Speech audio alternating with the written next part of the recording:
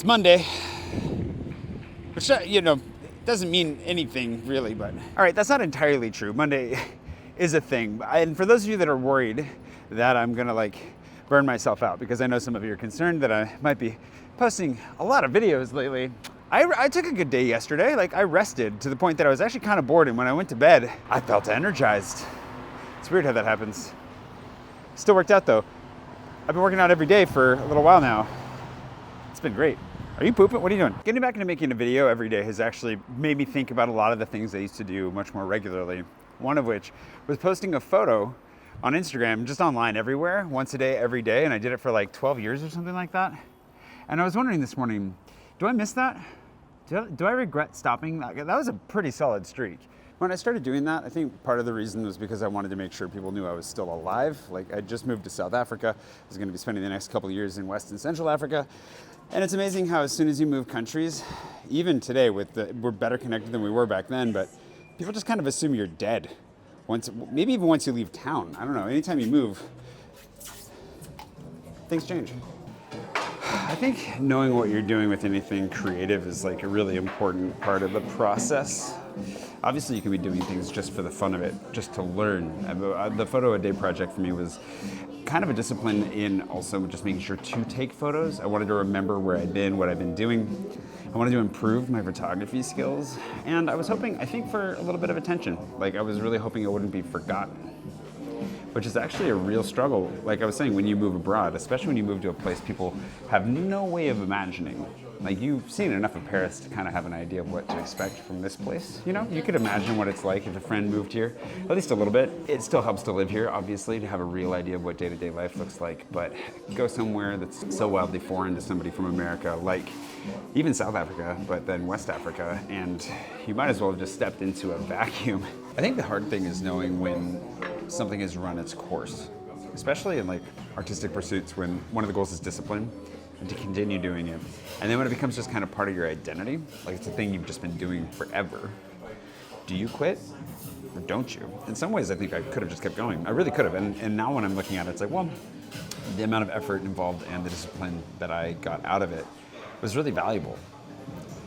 So do I pick that back up, or do I replace it with something else?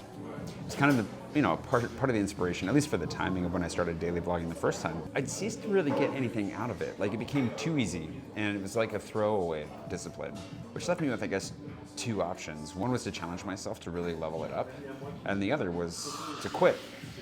And I opted to quit.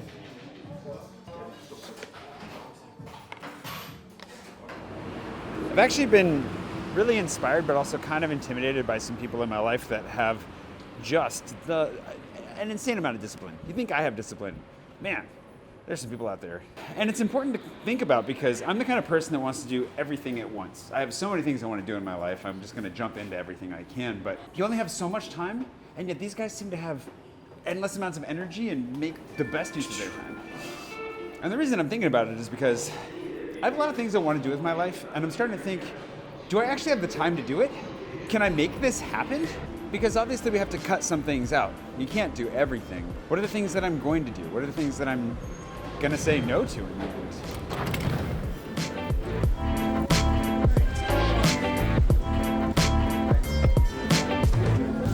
First place, the pizza oven for some reason isn't gonna be ready for another 30 minutes. They're having problems. This place, great alternative. Rammed. If they get to us before we can figure out what we're doing next, we'll do this. But it's raining, don't wanna go far. So maybe ramen. After he gets done. So we're gonna try a new ramen spot instead. See, whoa. Let me see.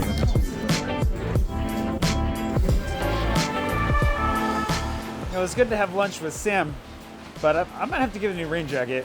Cooper has a great rain jacket. I just keep trusting the weather apps that say it's not gonna rain. Trying to take better advantage of places like this because there is something really charming and quaint about them, and I don't take full advantage of them. I don't often recommend these places just because whatever you're gonna get for as far as the quality of the coffee in particular goes isn't gonna be necessarily up to snuff as far as my general coffee consumption is concerned, but you get the exchange of having a wonderful spot to sit. The staff are really friendly. The location itself is charming. gets you out of the rain. But this is Cafe Noir, which is, it's funny because I was wondering, there's the name Noir, like Chat Noir. The word noir is in a lot of like brasseries and bistros, and I'm not really sure where that comes from. Why? Why Noir? Noir means black in French. This is one of Kate's favorite places, though. We used to work here all the time, and it's a great spot to kind of hide when you're central and you need a place to work, get out of the rain, as it were, and lifesaver. It's good to be here. Thanks to today's patron producer, Karen Klinger, and all my patrons for sending me out to think about these things. I think ultimately what it comes down to is we all have a lot of things we want to do with our lives, and we can't do everything, but I think we can do a lot more than we give ourselves credit. It just comes down to using our time well and cutting out things like social media as much as possible, increasing sleep, like just kind of thinking through like, how am I actually using my time in ways that are beneficial? Obviously, not everything needs to be productive. Somebody put in a comment recently, and I agree, the goal of productivity isn't to work more, but to actually work less, or to work more on the things we want to work on. Ultimately, efficiency isn't the end goal. The end goal is to live good, happy lives, like to have fulfilling relationships and fun experiences along the way. These dreams aren't going to live themselves, right? And it'd be really easy to fall asleep and wake up in a few years and realize I'd wasted a whole bunch of time that I could have put towards developing some skills, having some experiences, or doing who knows what along the way. And I'm really encouraged by a lot of the progress I've been making on things like playing the piano, my fitness, all kinds of things where I've put some really dedicated effort in and seen results. So how do I continue to do that? I'll share more thoughts as we go along, but that's what I was thinking about today.